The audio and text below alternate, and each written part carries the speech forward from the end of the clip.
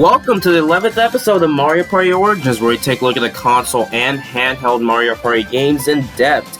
And today, we're going to be taking a look at the next installment Mario Party title, and the first one made by a new developer, Mario Party 9. This is considered to be one of the worst Mario Party games.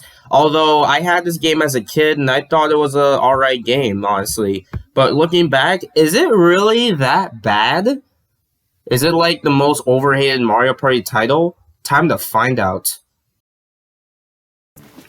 Alright, so, this Mario Party game is completely different than what we've seen before. Let's talk about, well, the story. Mario in the game would look at the sky, and then notice Bowser and Bowser Jr. were taking these things called mini-stars, and it's up to Mario in the game to rescue them all. Yeah, that's it. The roster for this game is actually, well, we lost a few characters. There's no Dry Bones, sadly. There's no Hammer Bro, Blooper, Birdo. Oh wait, Birdo's still in the game. Yeah, I think that's all I can remember. Toadet's not there either. Oh, and Boo. Yeah, they took out Boo. I think that's the only characters I can remember. Sucks there's still no DK, and I think the time releasing, there's no Rosalina. I would have had Rosa in the game, but it's fine. The roster is pretty good. We got some new characters. Koopa Troopa, surprisingly making his Mario Party debut, Shy Guy, and Magic Koopa. I love Shy Guy, so that's nice. And this is Magic Koopa's / Kamek's only debut in a Mario Party title, which is interesting. So yeah, but it's nice to see, you know, a cool roster despite this game. So there is no classic Mario Party gameplay that we're all used to. It is now everyone's in a car. Everyone's in a car moving together, trying to get mini stars, and whoever has the most mini stars by the end of the game is the winner. And the problem is, now although this might be fun for friends and all, the problem with this format is there's no strategy involved. While sure, Mario Party's always been luck, but you always have to plan paths and stuff. While in Mario Party 9, it's always a straight line. You can't, well, obviously besides choosing paths. You can't really plan anything. That's the best way I can describe it, honestly. So that's probably the reason. Like, you're so close to getting A-stars, but someone else will probably get them. Yeah, that's just pretty much how it works. You can't plan anything. You just roll the dice until see something happens. So yeah. And also, what makes this probably more boring is that there are minigame spaces. That's how you get minigames, besides getting them from dice blocks and stuff, which dice blocks are now items, by the way. There are special dice, 1 through 3 dice, 4 through 6 dice, a slow dice that goes up to 1 through 6, a 1 through 10 dice. Yeah, that's pretty much the items in this game. Oh boy, and there's other spaces like green spaces that do absolutely nothing. So after everyone's roll, yeah, you do not play a minigame. You actually have to land on the space or get lucky to get one from the dice block spaces, because that happens every once in a while. So it can feel pretty boring at times, honestly. So yeah. What about the boards? Now, the boards in this game are pretty good. Toad Road is my favorite board, honestly. It could be me just liking Toad as a character, but I just love Toad Road. We got Bomb Factory, which in my opinion is the worst board. You have Boost Road Castle, Blooper Beach, Magma Mine, the unlockable board called Bowser's Station, and could be my second favorite board, DK's Jungle Ruins. I think that's what that place is called. No, wait. Wait, hold up. I didn't plan this, I swear.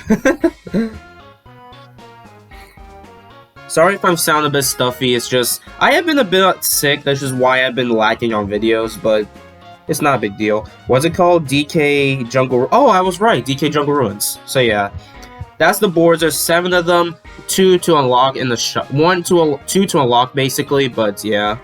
Alright, so what about the mini-games? Now, these mini-games are structured kind of differently. Instead of one person wins, that they get the money, or they get the minis. It's not one person wins, they're the only ones that get mini stars. Everyone gets mini stars.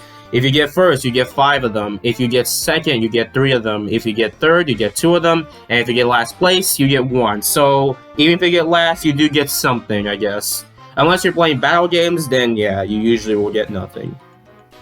So yeah, and there's also boss fights in here. While boss battles were in Mario Party DS, they were only single-player based. Now they're multiplayer, and I gotta say, these are probably the best set of minigames, honestly. Like,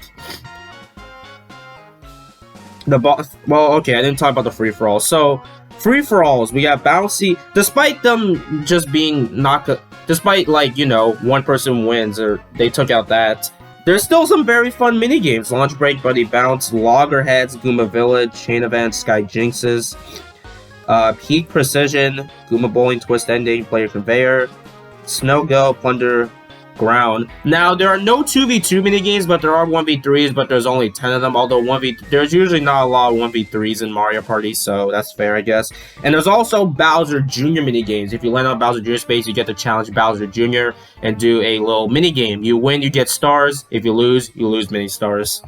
So yeah, I'm not a fan of half of them, but they're cool. And the boss fights are probably the best set of minigames in my opinion. Like, some of them are so cool. Like, one of my favorites is Socket Alaca 2, Cheap Shot, Spike Strike, Wiggler Bounce, King Boo's Puzzle Attack. Yeah, there's some pretty fun ones. There's some dumb ones I don't like Womp Stomp and Babar King Babam, but they're pretty good, honestly, so yeah. Alright, what about the extras? There's some minigame modes as well. Oh, excuse me. There are some minigame modes as well, that are probably a lot of fun too. Probably more fun than the actual boards, honestly. But you know, it's mostly like a bunch of free-for-all and stuff. They're still fun regardless. I find them better, most of them better. And there's also time attack, so there's that. So yeah. What else is there?